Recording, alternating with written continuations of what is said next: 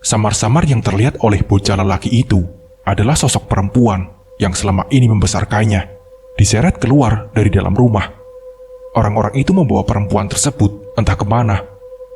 "Jadi, ibumu dibawa orang-orang itu dalam keadaan masih memakai kebaya hijau?"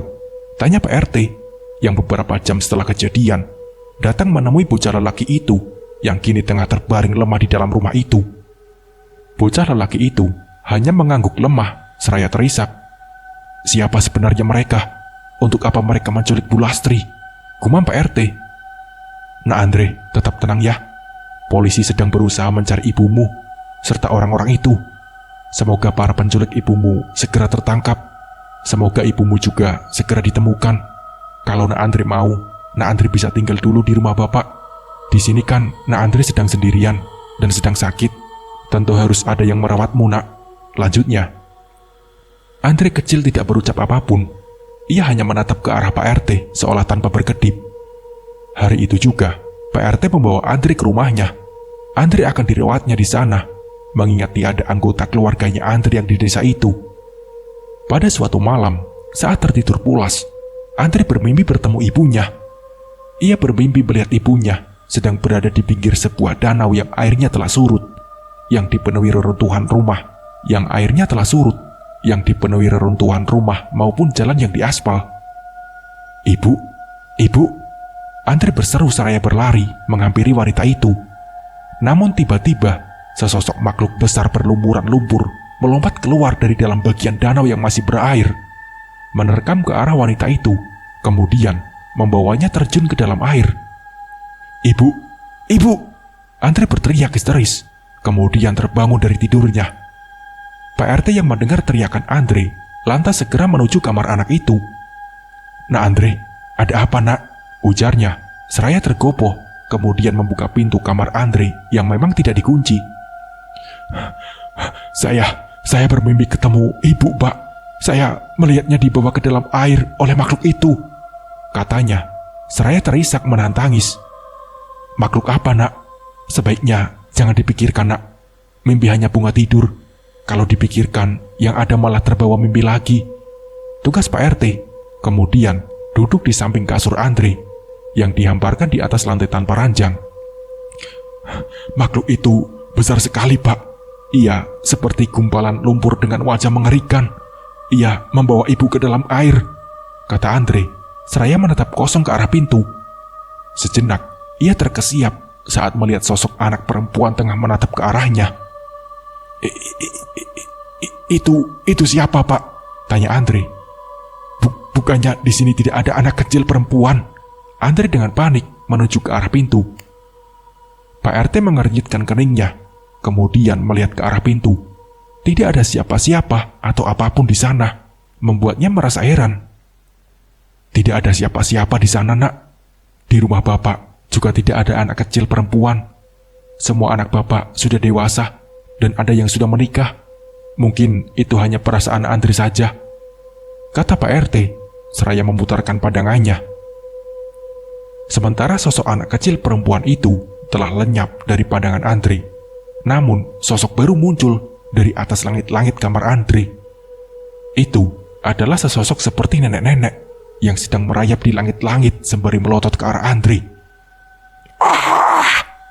Pak RT buru-buru membawa Andre keluar dari kamarnya. Setelah ia juga turut melihat penampakan nenek-nenek menggantung di langit-langit itu. Astaga! Kenapa bisa ada hal seperti itu di sini?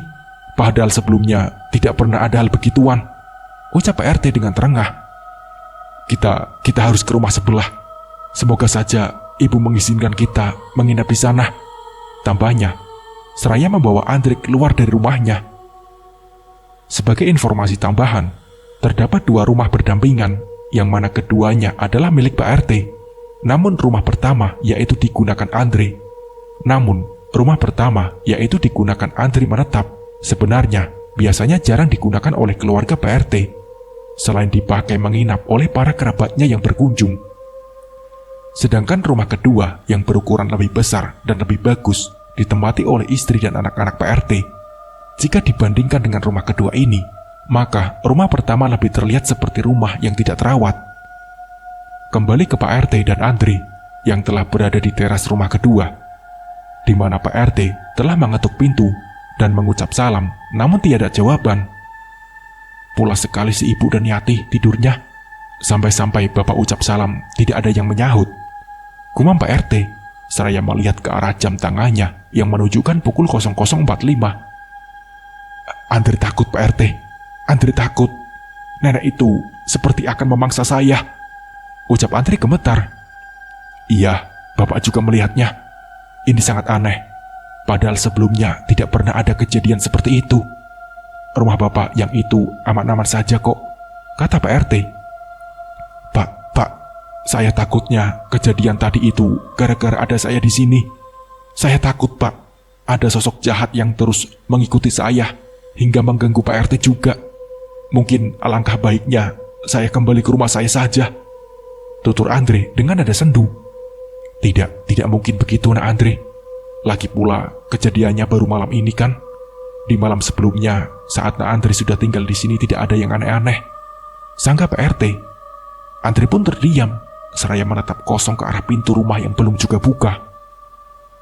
Kok tidak bangun-bangun ini si ibu? Assalamualaikum. Assalamualaikum, Bu. Ibu, buka pintunya, Bu, ucap Pak RT, kemudian mengucapkan salam dan berseru. Masih tidak juga ada jawaban. Pak RT pun berinisiatif menghampiri jendela kamar istrinya dan mengetuknya, seraya memanggil-manggilnya.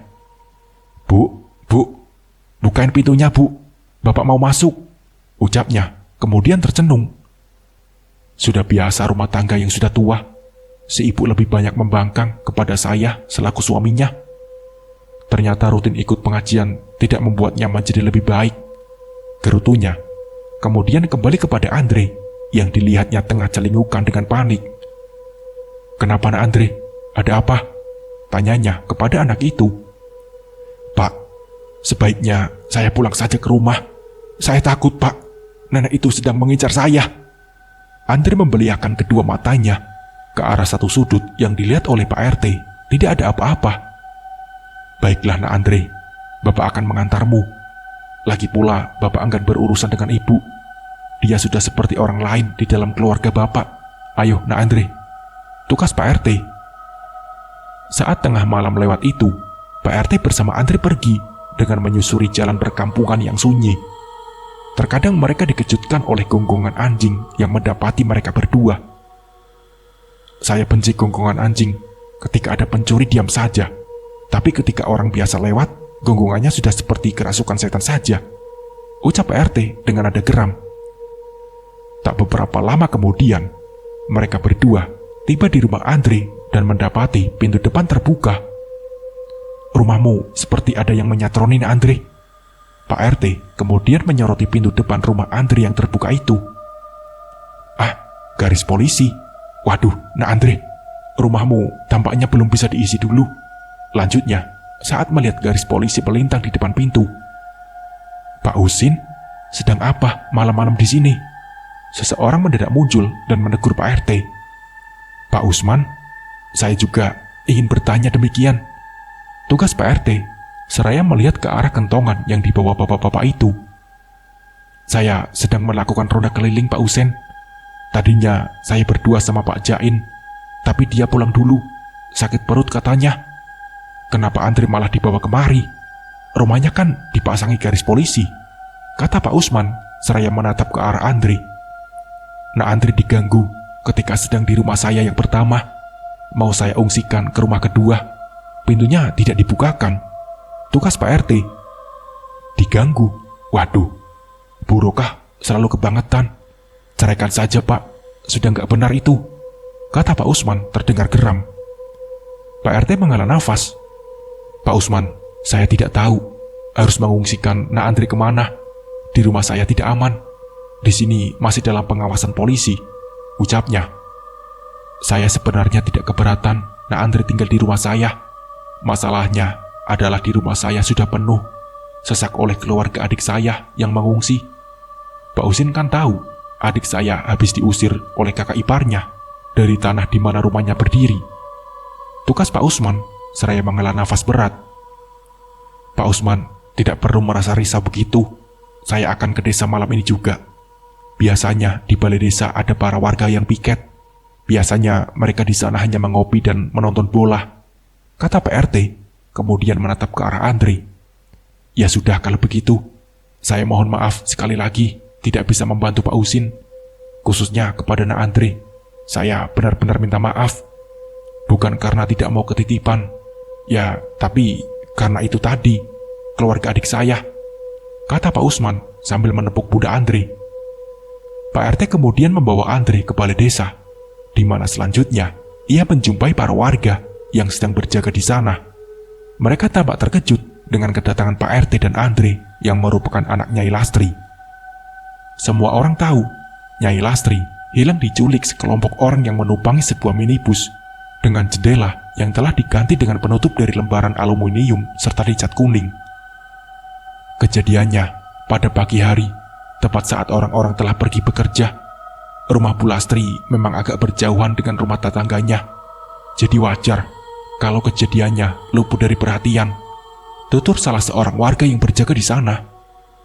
Konon, para penculiknya adalah para pemuja setan. Apa benar begitu, Pak Ispin? Ya mungkin saja, Pak Deki. Tapi kita tidak tahulah siapa sebenarnya para penculik Bu Lastri. Bisa saja mantan suaminya yang pertama. Itu tidak menutup kemungkinan loh. Mantan suami Bu Lastri yang pertama kan tak bertuhan, tukas Pak Ispin. Tidak bertuhan, ucap Pak RT yang merasa tak setuju dengan kata-kata Pak Ispin. Mungkin maksud Pak Ispin tidak percaya dengan adanya Tuhan, tukas Pak Deki. Ngomong-ngomong mantan suami Bu Lastri, memangnya Bu Lastri sudah berapa kali kawin cerai? Tanya warga yang ikut nimbrung. 2 kali, Pak Idwan. Mantan suami yang pertama, nah itu yang tidak percaya dengan adanya Tuhan. Dengan yang ini, ia tidak memiliki keturunan. Mantan suami yang kedua, ya ayahnya Andre ini. Jujur saya katakan, ayahnya Andre adalah seorang terpelajar, lagi berbudi. Ia suka menolong sesama. Ia juga rajin, serta memiliki hobi yang menunjukkan betapa jeniusnya dia. Sayangnya Bu Lastri tidak menghargai akan kejeniusan suaminya itu. Karena tidak dihargai itulah, bapaknya Andre ini lebih memilih bercerai. Jelas Pak Ispin panjang lebar.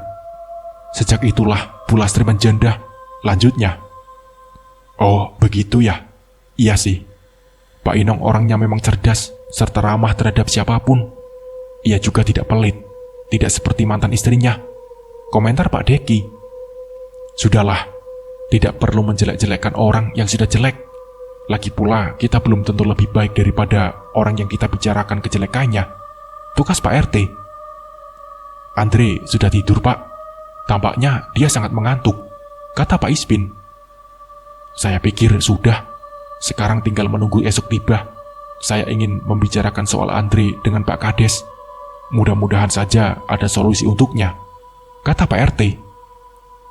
Saat esok pagi tiba, Pak RT dan Andre menemui Pak Kades yang pada hari itu tiba di balai desa lebih cepat. Jadi begitu ya Pak Usin. Untuk masalah satu ini, kita harus berkeliling desa untuk menanyakan apakah ada warga yang bersedia menampung Nak Andre. Tapi sebaiknya lupakan saja. Saya siap menampung Nak Andre. Lagi pula di rumah saya cukup longgar. Kebetulan ada 1 kamar kosong, kamarnya Iqbal, putra saya yang sekarang sedang kuliah di Jakarta, ucap Pak Kades setelah mendengarkan pemaparan Pak RT. Beneran Pak Kades mau menampung Nak Andre? Tapi ada satu hal yang tampaknya sangat mengganggu pikirannya Pak Kades, tukas Pak RT kemudian menoleh ke arah Andre. Saya beneran bersedia Pak Usin. Saya akan merawat Nak Andre seperti anak saya sendiri. Lalu apa yang mengganggu pikiranmu Nak Andre? Ucap Pak Kades seraya menatap ke arah Andre. Andre terlihat seperti ragu-ragu untuk menjawab. Ia terlihat gelisah. Katakan saja Nak Andre, tidak perlu ditutup-tutupi, kata Pak RT. Anu Pak Kades, saya merasa seperti sedang diikuti sesuatu yang selalu menakuti saya. Saya khawatir kalau saya tinggal di rumah Pak Kades, nantinya justru saya malah menjadi beban, bahkan menjadi pembawa sesuatu yang bisa membuat keluarga Pak Kades menjadi takut terhadap saya, tutur Andre seraya melirik ke arah sesosok gelap yang tengah berjongkok di sudut ruangan balai desa. Itu hanya ketakutanmu saja, Nak Andri. Tapi jangan khawatir, saya akan menemui Pak Isman. Beliau bisa membantu kita mengusir jin jahat yang selalu mengganggu, kata Pak Kades kemudian. Setelah pembicaraan tersebut, Pak Kades bersedia menampung Andri hingga batas waktu yang tidak ditentukan. Selama menampung Andri, memang selalu ada kejadian aneh yang terjadi di rumah Pak Kades. Namun, berkat bantuan seseorang yang bernama Pak Isman, kejadian-kejadian aneh itu dapat diredam. Hingga 2 tahun berlalu, pada suatu hari Pak Kades kedatangan tamu yang ternyata adalah ayahnya Andri, yaitu Pak Inong, yang baru pulang dari luar negeri, tepatnya Amerika Serikat. Pak Inong sudah pulang dari Amerika, ujar Pak Kades saat bertemu dengan laki-laki itu di teras rumah. Iya Pak Kades, ini saya dari bandara langsung kemari.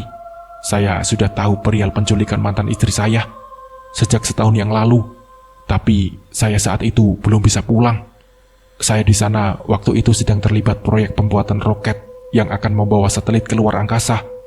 Jadi saya tidak bisa meninggalkan proyek itu karena sudah terikat kontrak dengan perusahaan pembuat roket, tukas Pak Inong kemudian melihat anaknya yang baru muncul dari dalam rumah. Andre, kamu sudah besar sekarang ya? Lama sekali ayah tidak bertemu denganmu. Maafkan ayahmu ini, Nak. Ayah selama ini terlalu hanyut dengan kesibukan, ucapnya sambil menghampiri Andri. Kemudian putranya tersebut menyalaminya, namun dengan ekspresi dingin. Ayah kebangetan. Kenapa ayah begitu jahat sama ibu? Ibu sekarang masih hilang, dan ayah tidak berusaha mencari ibu, kata Andri, membuat Pak Inong terkesiap. Maafkan ayahmu ini, Nak. Ayah kan selama ini di luar negeri. Sudah begitu, di sana ayah juga sangat sibuk. Bukan ayah tidak mau bersama denganmu, Nak. Tolong mengerti keadaan ayah, Nak, tukas Pak Inong, seraya berlutut dengan sebuah kaki di hadapan Andri. Andri tidak berkata sepatah kata pun. Ia malah mematung, seraya menatap kosong ke arah pelataran. Ayah dari dulu selalu ingin merawatmu, Nak. Ayah juga ingin membawamu ke Amerika, tapi ibumu bersikeras agar kamu tetap bersamanya. Apalagi ayah kalah di pengadilan saat memperebutkan hak asuh darimu, tutur Pak Inong. Tapi sekarang ibumu menghilang. Sudah waktunya buat ayah merawatmu, Nak. Ayah tidak akan kembali ke Amerika karena ayah sudah tidak terikat kontrak lagi dengan perusahaan itu, lanjutnya. Pak Kades menatap ke arah Pak Inong seolah tanpa berkedip. Maafkan tuan rumah yang kurang tata krama ini, Pak Inong. Saya lupa menawari Anda ke dalam dan duduk untuk menghilangkan penat setelah perjalanan jauh, ucapnya. Oh, tidak apa-apa Pak Kades. Saya justru yang merasa tidak enak karena tiba-tiba datang dan mengganggu Pak Kades. Apalagi saya juga tidak akan lama. Saya akan ke rumah mantan istri saya dahulu. Mungkin saya akan tinggal di sana bersama putra saya. Itu rumah saya juga. Saya yang membelinya waktu saya dan Lastri masih berumah tangga, tukas Pak Inong. Dan singkat cerita, Pak Inong memutuskan untuk tinggal di rumahnya yang dulu ia tempati bersama istrinya yang kini telah menjadi mantan. Andri juga ia bawa ke rumah itu untuk tinggal lagi di sana. Rumah ini menyimpan banyak kenangan waktu ayah masih bersama ibumu, Nak. Mungkin seharusnya ayah waktu itu mengesampingkan ego agar rumah tangga tetap bertahan. Ibumu benar, terlalu sibuk dengan hobi adalah suatu keegoisan yang hakiki. Seharusnya ayah mendengarkan apa kata ibumu agar ayah tidak diam saja di rumah untuk menekuni hobi yang tidak bermanfaat, tutur Pak Inong, seraya menatap foto mantan istrinya yang terpampang di atas meja lampu. Terus, apa sekarang ayah akan mencari ibu? Tanya Andri disambut tatapan bingung ayahnya tersebut. Ayah akan mencoba menelusuri segala hal yang mungkin bisa menjadi petunjuk bagi kita untuk menemukan ibumu, Nak. Ayah akan memulainya dari Uson Lane. Dia adalah mantan suami pertama ibumu. Ayah tahu betul siapa Uson. Dia adalah orang Amerika dan seorang ateis. Ia juga adalah seorang satanis, pemuja Lucifer, kata Pak Inong setengah bergumam. Singkat cerita, Pak Inong membuktikan komitmennya untuk menelusuri keberadaan mantan istrinya. Meski gagal menemukan mantan suami Bu Lastri yang pertama, ia tetap melakukan penelusuran dengan cara mengumpulkan bukti-bukti yang mungkin bisa membawanya pada petunjuk yang benar tentang keberadaan mantan istrinya. Meski demikian, apa yang dilakukan Pak Inong sia-sia belaka karena mantan istrinya itu seolah hilang di telan bumi. Bertahun-tahun mengumpulkan petunjuk tidak juga berhasil menemukan atau setidaknya mengetahui di mana mantan istrinya itu berada. Putranya, Andre, yang kini telah berusia 25 tahun, telah lulus kuliah di Fakultas Kedokteran di salah satu universitas ternama di Jakarta. Meski tidak lantas bekerja di rumah sakit besar, Andre cukup bersabar hati untuk bekerja sebagai mantri yang membuka klinik 24 jam tepat di depan rumahnya. Hingga pada suatu waktu, Andre harus meninggalkan kampung halamannya untuk mengabdi di suatu desa terpencil yang sama sekali belum tersentuh pembangunannya. Di sana, bahkan tidak ada fasilitas kesehatan, semacam puskesmas, apalagi klinik atau rumah sakit. Di desa terpencil itu, Andre sempat mengalami suatu peristiwa yang cukup horor, yaitu berhadapan dengan sesosok makhluk seperti manusia, namun sekujur tubuhnya berlumuran lumpur, serta berjalan dengan kedua tangan dan kedua kakinya. Dengan keberaniannya, ia berhasil mengalahkan makhluk tersebut dan memaksa makhluk itu kembali ke habitatnya. Sepulang dari menghadapi makhluk tersebut, ia justru kepikiran dengan kebaya hijau dan lukisan yang terpampang di dalam gubuk di pinggir sawah. Ia justru kepikiran dengan kebaya hijau dan lukisan yang terpampang di dalam gubuk di pinggir rawa, di mana ia mengalahkan makhluk itu. Kebaya hijau itu sangat mirip dengan kebaya yang dikenakan ibunya saat diculik orang-orang tidak dikenal pada 15 tahun yang lalu. Lukisan itu juga menampilkan sosok persis seperti sosok ibunya. Itu yang mengganggu pikiran saya selama ini, Mang, ucap Andre saat sedang menikmati teh hangat di ruang tengah bersama Mang Dimin. Ini membingungkan. Ibunya Pak Mantri ini diculik pada 15 tahun yang lalu saat Pak Mantri baru berusia 10 tahun. Sudah lama juga ya. Terus kebayanya bagaimana bisa ada di dalam gubuk itu? Apa para penculiknya membawa Ibu Mantri ke rawa gaib? Untuk apa? Kata Mang Dimin bingung sendiri. Ketika mereka sedang berbincang, dari arah teras terdengar suara perempuan mengucapkan salam. Assalamualaikum. Waalaikumsalam. Andre dan Mang Dimin pun menjawab salam, kemudian serentak menuju pintu depan. Mbak Sarnah, tumben kemari, mau berobatkah? Tegur Andre, seraya menatap gadis yang mengenakan jilbab berwarna merah, serta gamis berwarna hitam. Cuma pengen main saja Pak Andre. Pak Andre sudah lama di sini, tapi saya belum pernah berkunjung. Kalah start saya sama Rahayu. Tukas Sarnah, kemudian menatap ke arah Mang Dimin. Ada pamannya Rahayu, jadi nggak enak nih, ucapnya. Rahayu itu calon istrinya Pak Mantri loh. Saya pastikan itu. Tukas Mang Dimin, kemudian terkekeh. Sarnah hanya tersenyum sambil menunduk. Saya kan tidak sedang bersaing, Mang. Lagi pula kan jodoh siapa yang tahu, ucapnya. Benar, Mbak. Yang penting mah ikhtiarnya dan jangan lupa berdoa, tukas Mang Dimin. Iya, Mang. Oh iya, Pak Andre. Konon rumah ini dibangun di atas kuburan massal. Kalau menurut para warga, di rumah ini sering terjadi hal aneh, seperti kemunculan penampakan arwah para penghuni kuburan massal ini, kata Sarnah, seraya mengedarkan pandangannya. Saya memang sempat melihat beberapa penampakan di sini, tapi tidak ada satupun yang mengganggu. Saya sih di sini merasa aman-aman saja, Mbak, tukas Andre. Rumah ini tidak benar-benar berdiri di atas kuburan massal itu, Mbak. Kuburan massal itu adanya di sana, yang penuh ilalang itu, Mbak.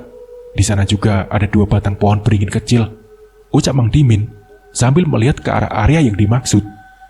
Oh iya, Mang. Saya kemarin bertemu Rahayu di alun-alun. Ia membicarakan soal Pak Andre yang tiba-tiba seperti galau saat pulang dari rawa gaib. Apa yang membuat Pak Andre menjadi galau? Apa ada sesuatu yang mengganggu, Pak? Sarnah menatap ke arah Andre seolah tidak berkedip. Saya hanya teringat ibu saya, Mbak. Kebaya hijau yang saya temukan di dalam gubuk di pinggir rawa-rawa itu membuat saya kepikiran ibu saya terus. Ia sudah lama sekali menghilang, ucap Andre menghela nafas setelah menceritakan soal apa yang mengganggu pikirannya. kebaya hijau di dalam gubuk di pinggir rawa. Ada lukisannya juga kan di sana, Pak Andre? Sarnah menatap Andre dengan serius. Iya benar.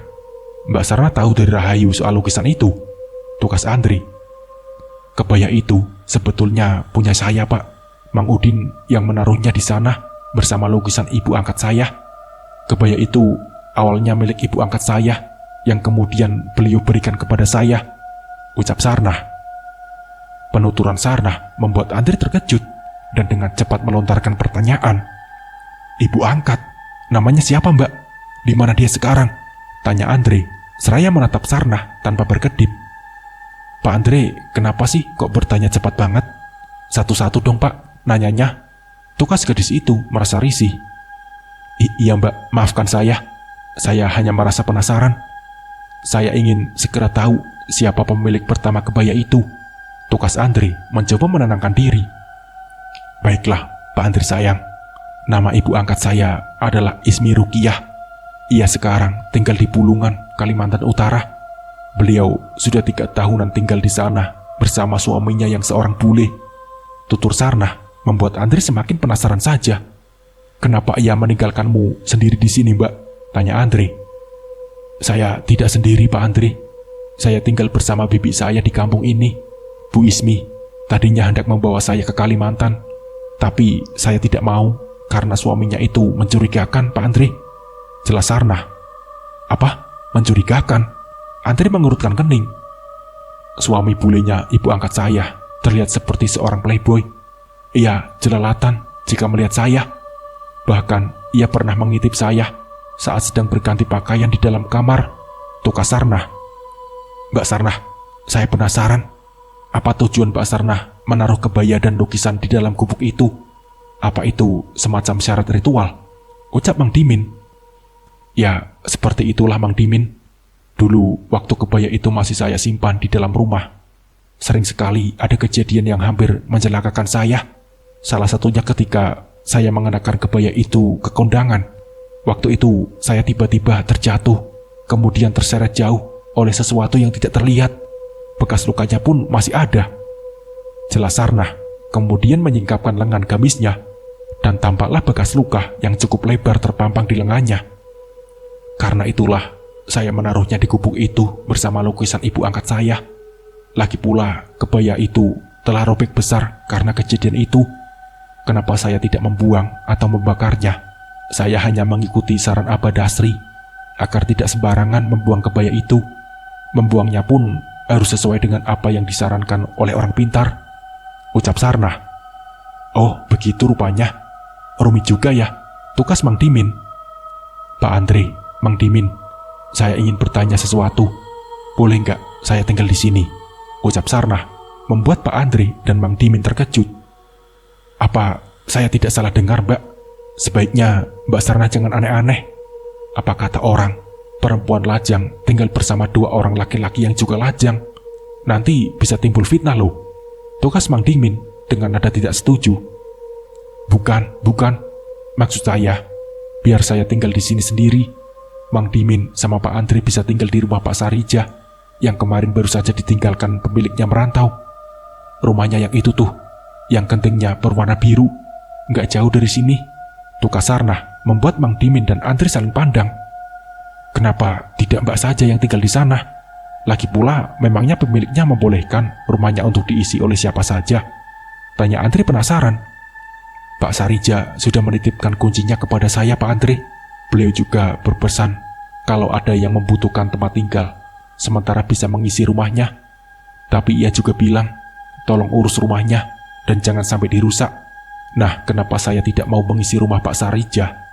Karena di sana tidak ada tempat tidur yang pernah ditempati oleh Pak Andre, tutur Sarnah, seraya menatap genit ke arah Andre. Ya elah, cuma itu alasannya. Mbak Sarnah ini ternyata tipe-tipe orang yang gampang tergiring oleh sesuatu yang dianggap spesial.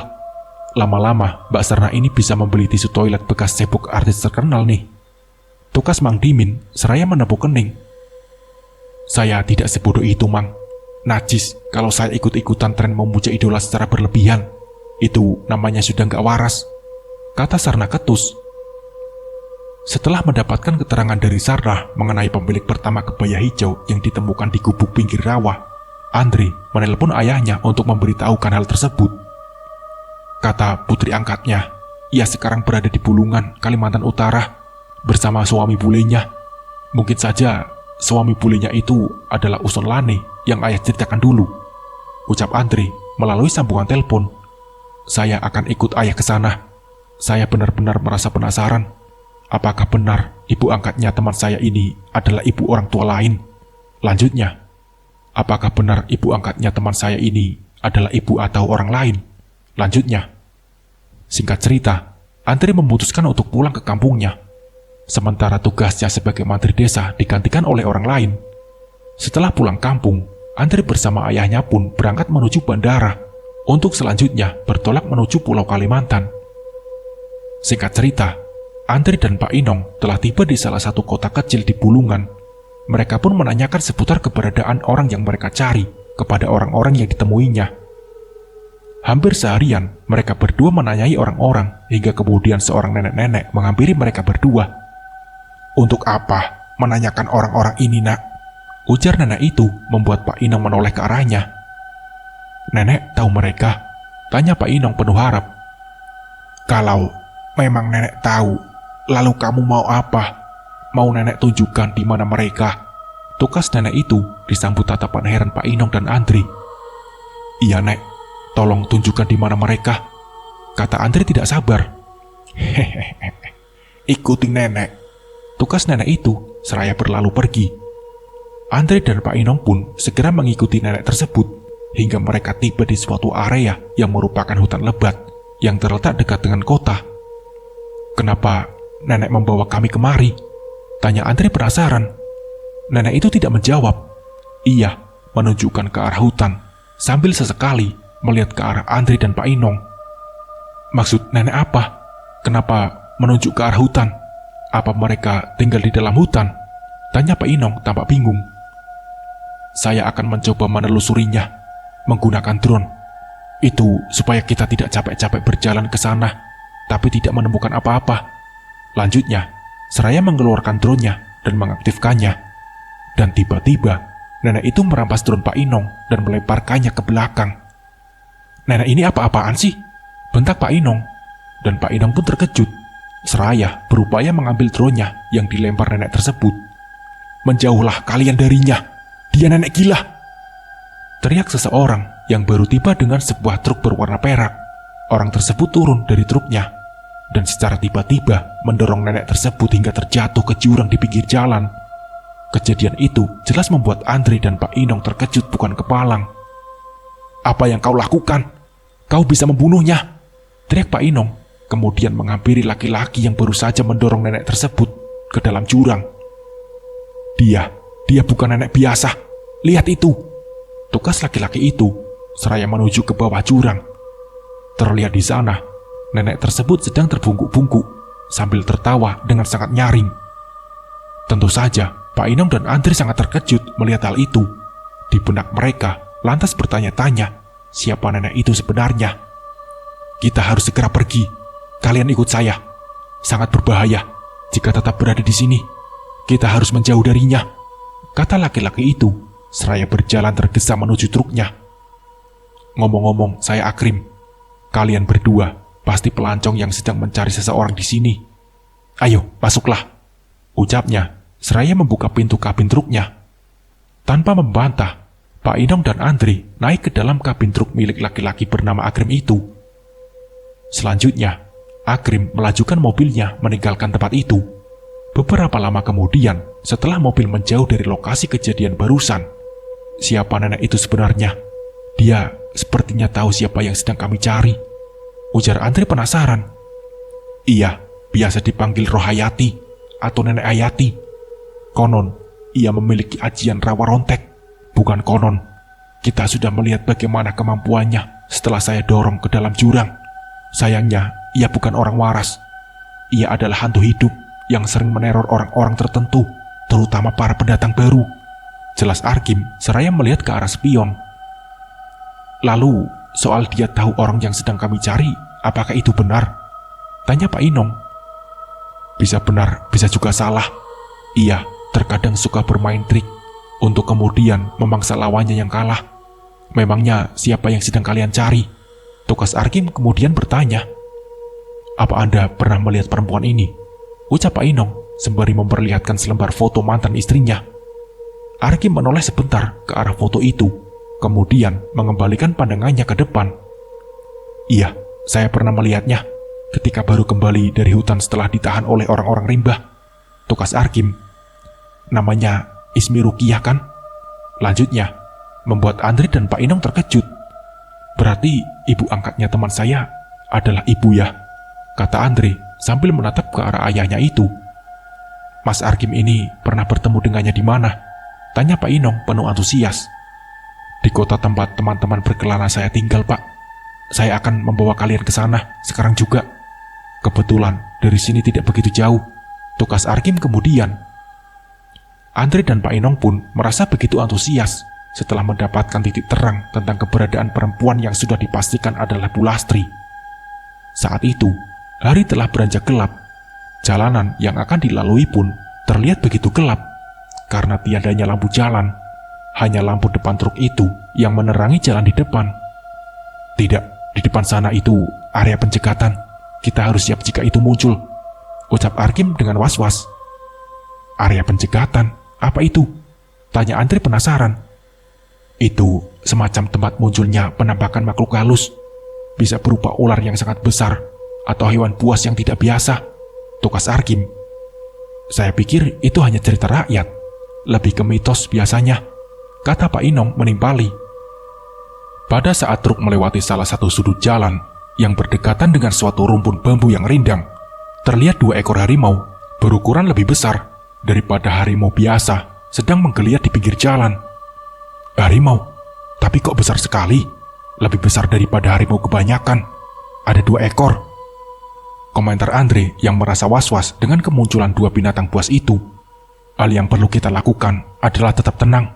Beruntung mereka tidak menghalangi jalan, ucap Akrim, seraya terus melajukan kendaraannya. Namun kemudian, Arkim melihat melalui kaca spion jika kedua harimau tersebut mengejar truk yang dikendarainya. Alhasil, Arkim pun panik dibuatnya. Ia lantas menginjak pedal gas dalam-dalam hingga truk dikendarainya seperti hendak terbang. Jangan kencang-kencang Mas Akrim, nanti kalau nabrak bagaimana?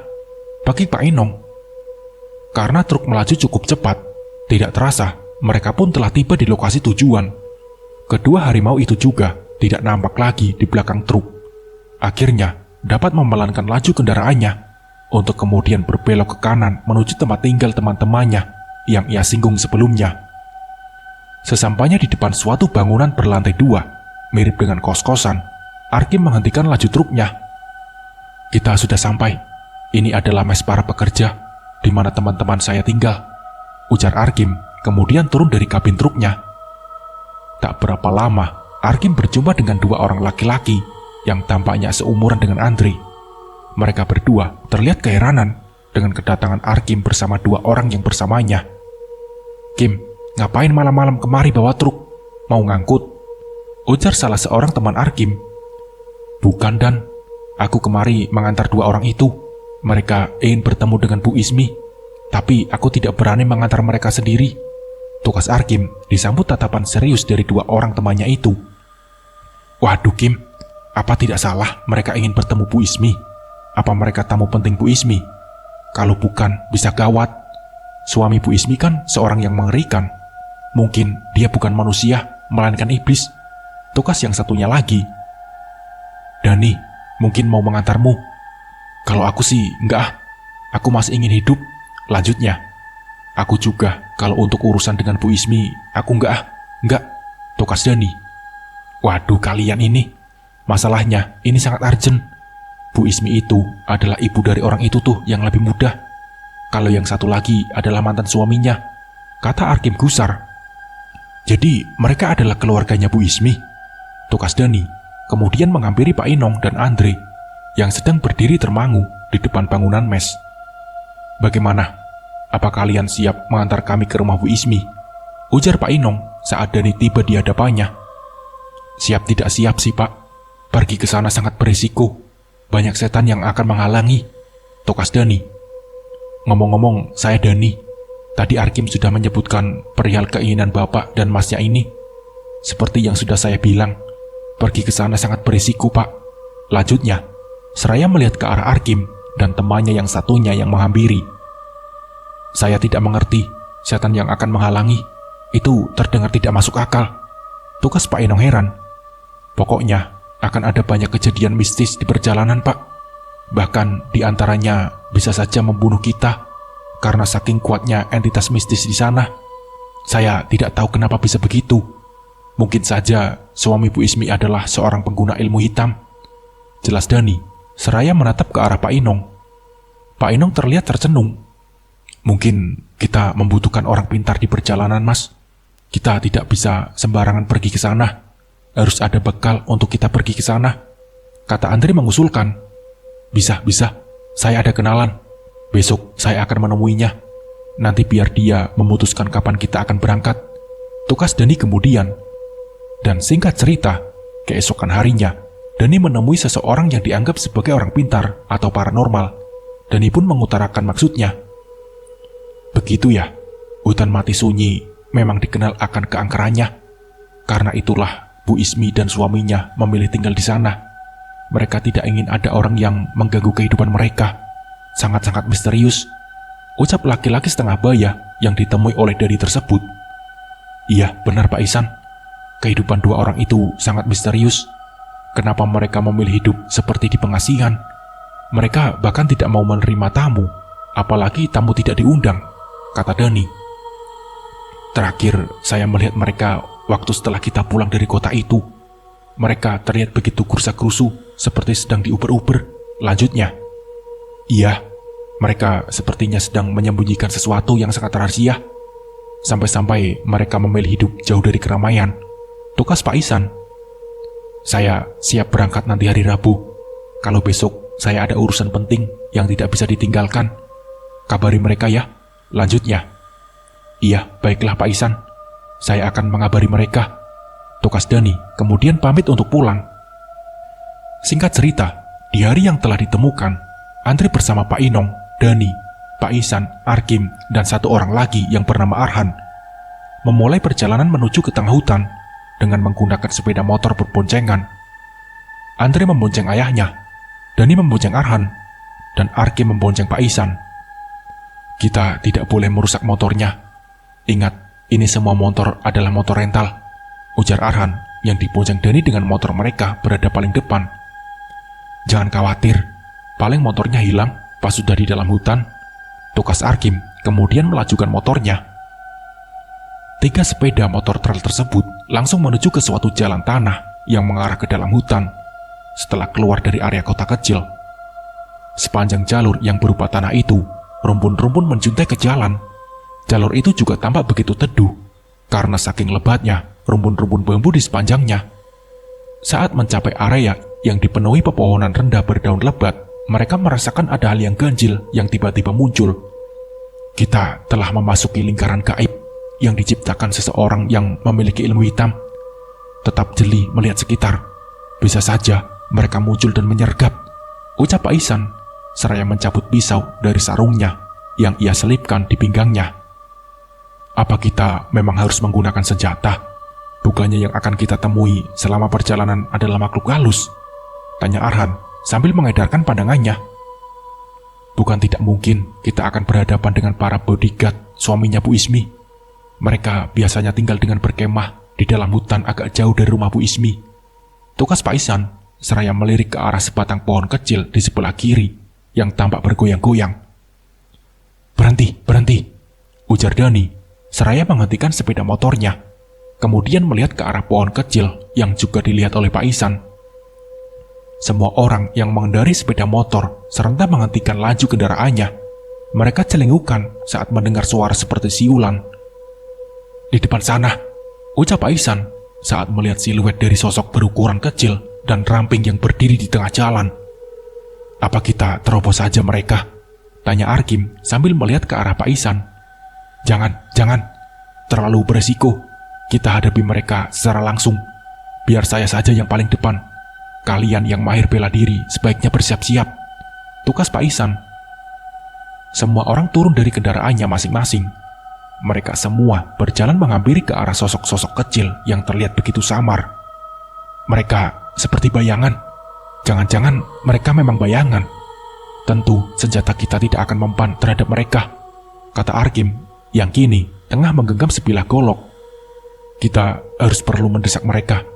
Jika mereka balik menyerang, kita harus siap, tukas Pak Ihsan seraya berjalan cepat ke arah sosok-sosok tersebut. Pak Ihsan dengan cekatan menusukkan pisaunya ke arah salah satu sosok yang terlihat maju sambil menyerang ke arah Pak Ihsan. Astaga, kalau tahu akan begini, lebih baik kita lupakan saja ibumu. Kita tidak tahu apakah kita akan berhasil melewati sosok-sosok itu, ucap Pak Inong yang berdiri di belakang Andre. Sayangnya, rasa penasaran kita justru membawa kita kemari, ke tempat yang menakutkan ini. Kita sudah terlanjur melangkah terlalu jauh. Mungkin tidak ada jalan kembali. Yang ada hanya terus maju, tukas Andre seraya memperhatikan Pak Ihsan dan para petarungnya mendesak sosok-sosok yang terlihat samar itu. Dari sini kita berjalan kaki. Lokasinya tidak jauh dari sini, ujar Pak Ihsan seraya terus maju dengan pisau terhunus di tangannya. Andre dan Pak Inong pun mengikuti Pak Ihsan dan yang lainnya. Mereka berdua melihat Pak Ihsan dan para anak buahnya terus merengsek ke arah sosok-sosok yang terus mundur itu. Apa ayah tidak berpikir jika sosok itu adalah bayangan mereka, kata Andre setengah berbisik. Masalahnya, kalau memang itu bayangan mereka, lalu kenapa posisinya berada di arah yang berlawanan dengan posisi bayangan yang sebenarnya? Lagi pula, sinar matahari terhalang rimbunan daun yang begitu tebal. Jadi otomatis, di sini kita tidak bisa bayangan kita sendiri, tukas Pak Inong seraya menatap ke depan. Dan tak lama kemudian, sosok-sosok gelap yang samar-samar itu menghilang seketika, mencapai area yang terkena sinar matahari. Rombongan Pak Ihsan pun dapat bernapas lega. Mereka pun melanjutkan langkahnya, hingga beberapa menit kemudian berhenti di suatu jalur menurun dengan jurang di kiri kanannya. Dari posisi mereka saat ini, mereka dapat melihat atap sebuah bangunan besar berupa genting dengan warna oranye. Bangunan tersebut terletak di bawah jalur menurun dan terhalang rimbunan daun pepohonan. Yang perlu kita lakukan adalah tetap berada di bawah sinar matahari. Jika kita mencapai area yang tidak terkena sinar matahari, usahakan untuk selalu tetap waspada. Sosok-sosok itu bisa saja menjelma menjadi pasukan demit yang akan menyerang kita, ujar Pak Ihsan seraya melihat ke arah bangunan tersebut. Kondisi di area yang dibatasi oleh tembok tinggi tampak gelap karena sinar matahari, terhalang oleh rimbunya dedaunan pepohonan. Tampak 6 orang yang dipimpin oleh Pak Ihsan berjalan perlahan sembari sesekali melongok ke sekitarnya. Mereka terus berjalan hingga mencapai pintu gerbang yang tertutup rapat.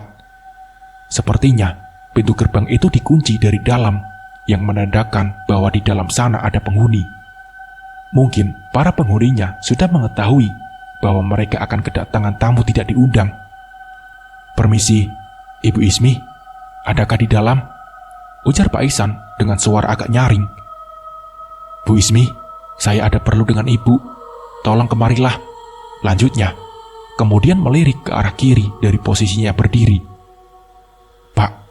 Pak, sosok-sosok itu muncul lagi. Bahkan di antaranya ada yang terlihat jelas berwujud seperti serigala yang berdiri dengan 2 kaki, ucap Arhan dengan suara yang dipelankan. Gawat. Mana tempat ini tidak terkena sinar matahari. Seharusnya kita juga membawa gergaji mesin untuk menyingkirkan pohon yang menghalangi sinar matahari, kata Arhan sembali melihat ke arah sosok-sosok tersebut. Sedangkan Pak Ihsan masih sibuk memanggil-manggil nama pemilik rumah hingga berkali-kali. Namun penghuni tetap tidak mau menyahut. Sementara Andre dan Pak Inong terlihat saling pandang. Mereka kemudian menghampiri pintu gerbang itu. Lastri, ini aku Inong. Aku kemari bersama putra kita. Dia sekarang sudah menjadi seorang lelaki yang gagah, ucap Pak Inong dengan nyaring. Pak Inong, kenapa Anda tidak mematuhi saya? Pak Inong tampak terkejut dengan apa yang telah dilakukan Pak Inong. Saya kan sudah bilang agar jangan dulu bersuara, apalagi menyebut nama asli Bu Ismi, ucap Pak Ihsan. Pak Inong tidak menggubris Pak Ihsan. ia terus saja memanggil-manggil nama mantan istrinya itu. Bahkan, ia memanggil nama laki-laki yang mungkin adalah suaminya, mantan istrinya itu. "Uson Lane, kau ada di situkah? Keluar kau!" teriaknya, membuat Pak Ihsan semakin merasa khawatir.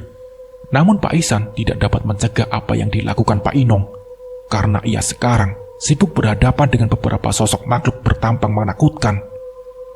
Arkim, Dani, dan Arhan pun turut berhadapan dengan sosok-sosok yang terlihat begitu buas itu. Ayah, ini bisa berakhir buruk. Kita harus waspada," ucap Andri saat mendengar suara derap langkah kaki seseorang yang sepertinya sedang berlari ke arah pintu gerbang. "Inong, apa aku tidak salah dengar kamu berada di sini?" Terdengar suara seorang perempuan yang tidak asing lagi di telinga Pak Inong maupun Andre. "Ibu, ini aku Andre. Aku juga di sini, Bu," sahut Andre dengan tidak sabar menggedor-gedor pintu gerbang yang terbuat dari besi tebal itu. Andre anakku," sahut suara perempuan itu. Tiba-tiba terdengar suara jerit kesakitan dari perempuan di seberang pintu gerbang itu. Ibu, apa yang terjadi, Bu?" Andre berteriak sambil berusaha membuka pintu gerbang. "Lastri, apa yang terjadi? Bertahanlah, kami akan segera masuk ke sana." Pak Inong sekuat tenaga mendorong pintu besi itu, namun tidak bergeming. Sementara Pak Ihsan bersama para anak buahnya yang sedang berjibaku melawan sosok-sosok menakutkan, tampak terdesak ke arah belakang, tepatnya ke arah jurang yang berhadapan dengan rumah besar itu. "Sial, kita bisa mati kalau begini," ujar Arkim sambil menebaskan goloknya ke arah sosok berwujud seperti nenek-nenek yang membawa tongkat serta berwajah menyeramkan. Sosok-sosok mengerikan itu mengeluarkan beragam suara desisan yang aneh, membuat siapapun yang mendengarnya akan merasa ciut nyalinya. "Pak Inong, Andre, kalian harus berhasil membuka pintu itu, atau kami dan Bu Ismi akan mati. Selanjutnya, kalian harus mengalahkan bule itu," teriak Pak Ihsan yang semakin terdesak ke belakang oleh sedikitnya selusin makhluk aneh yang mengerikan. Pak Inong dan Andre dengan tergesa-gesa berupaya mendobrak pintu besi itu. Gagal dan gagal selalu terjadi saat mereka berdua berusaha membuka pintu yang terbuat dari besi itu. Sementara Pak Ihsan dan yang lain hampir mencapai bibir jurang. "Andre, Pak Inong, lakukan sesuatu," teriak Arhan dengan napas megap-megap sambil berusaha mengimbangi serangan para makhluk aneh itu. Andre mendadak berlari ke arah sebatang pohon, kemudian memanjatnya sebisa mungkin. Setelah berhasil memanjat pohon tersebut, ia langsung menebas beberapa ranting menggunakan parang yang sedari awal ia bawa. 1 hingga 4 ranting belum cukup untuk membuat sinar matahari masuk ke area di mana sedang terjadi pertempuran. Andre pun dengan terburu-buru menebas ranting-ranting sebanyak mungkin. Usahanya pun berhasil. Seberkas sinar matahari memasuki sela-sela dedaunan yang telah dikurungi kepadatannya oleh Andre. Sinar matahari yang masuk meski tidak begitu banyak, namun cukup untuk mengusir para makhluk yang aneh yang sedang dihadapi oleh Pak Ihsan dan yang lain. Mereka pun selamat dan segera berlari menjauh dari bibir jurang. "Kerja bagus, Nak Andre," ucap Pak Ihsan saat tiba di depan Andre yang baru turun dari atas pohon.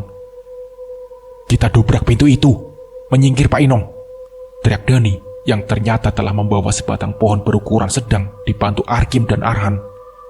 Pak Inong sesegera mungkin menyingkir, dan brak!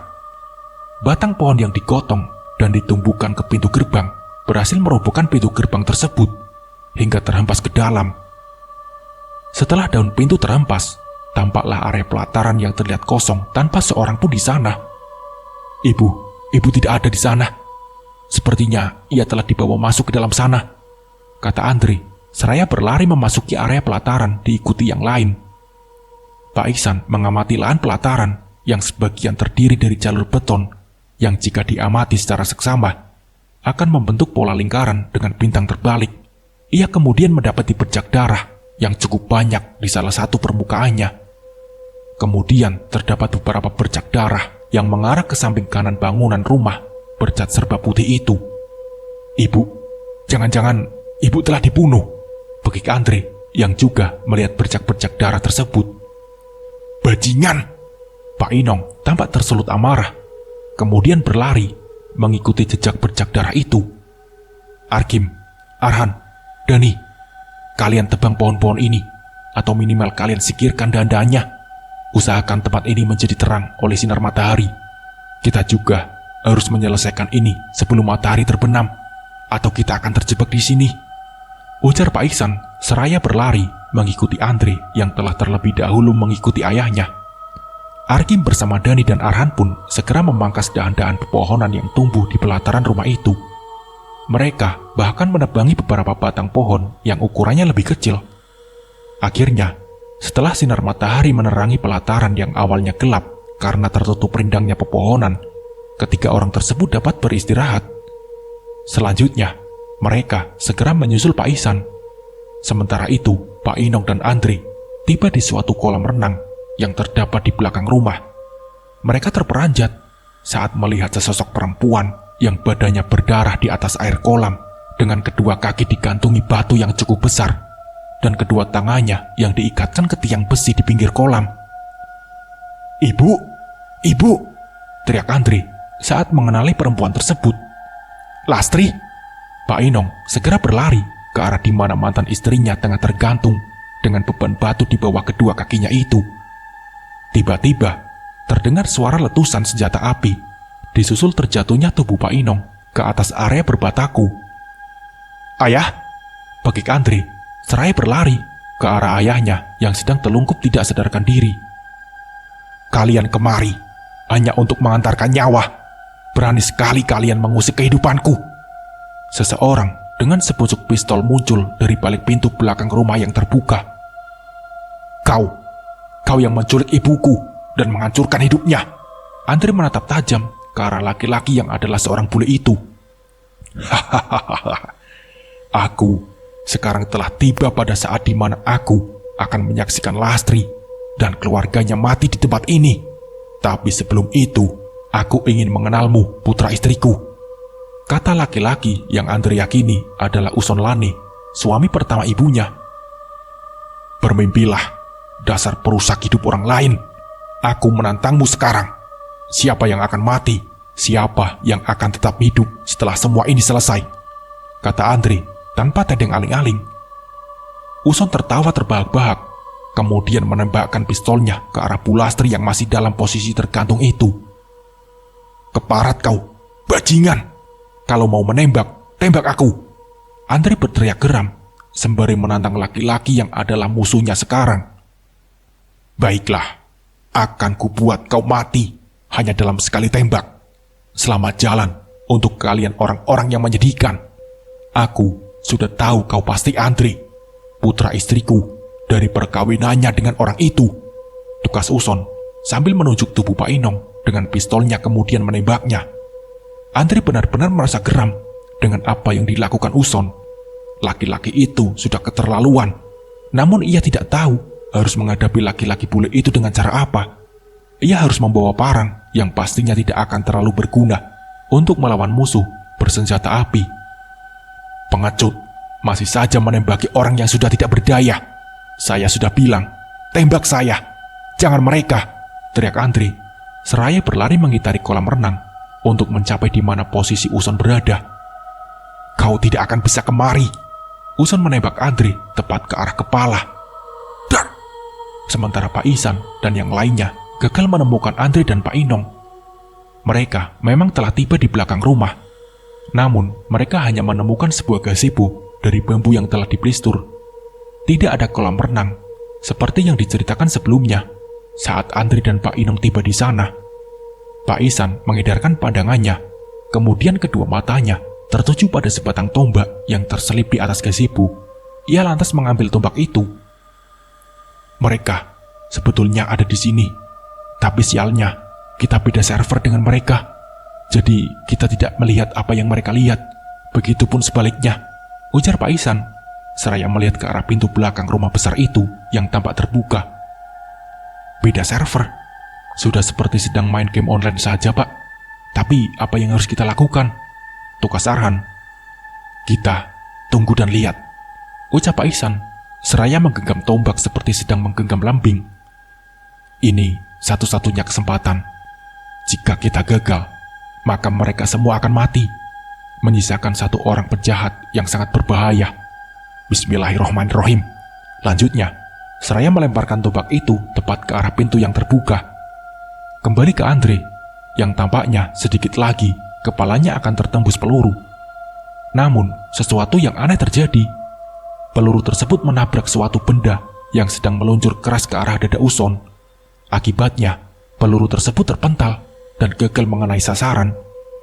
Sementara, benda panjang yang meluncur yang ternyata adalah sebatang tombak, kini menancap tepat di dada Uson, tembus hingga ke punggung.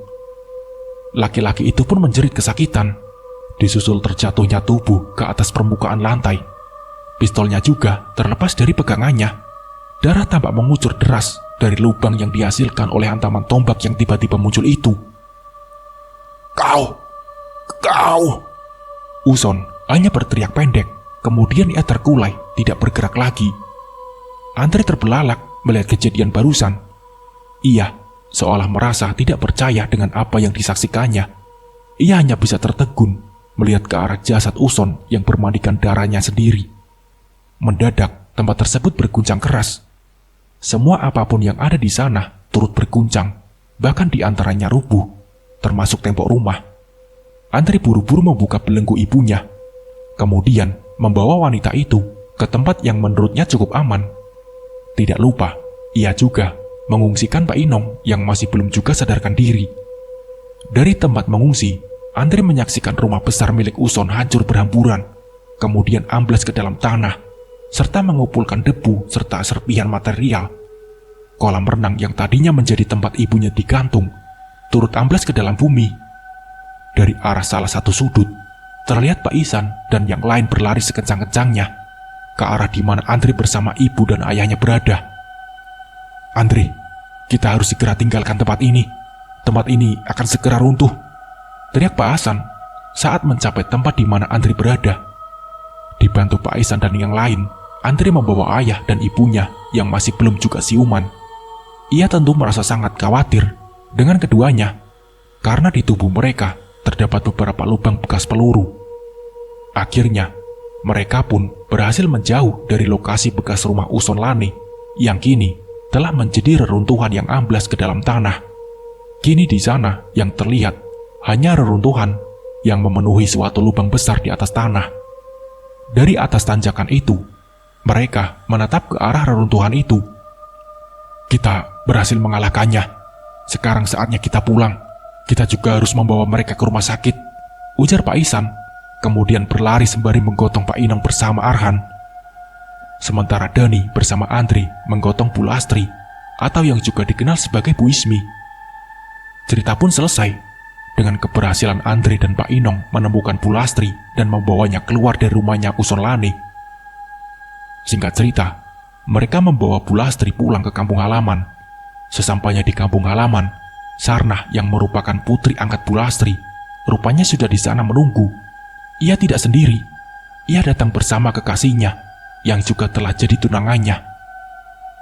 Oh, kalian sudah tunangan. Selamat ya. Maaf, aku tidak sempat menghadiri pertunangan kalian, ucap Andre sambil tersenyum, kemudian menggaruk kepala. Pak Andre, jangan cemburu dong. Kita kan sekarang saudara, meski beda ibu, beda ayah, tukar Sarnah seraya terkekeh. Iya, santai aja. Saya juga sudah menganggap Mbak Sarnah ini sebagai saudara sendiri. Mengingat ibu juga sudah mengangkat Mbak Sarnah sebagai anak angkat, kata Andre. Kemudian melirik ke arah ibunya, yang tampak berdiri sambil tersenyum, menatap ke arahnya dan juga Sarnah. Padahal, dulu saya pernah berpikir, bagaimana kalau putra saya berjodoh dengan putri angkat saya ini.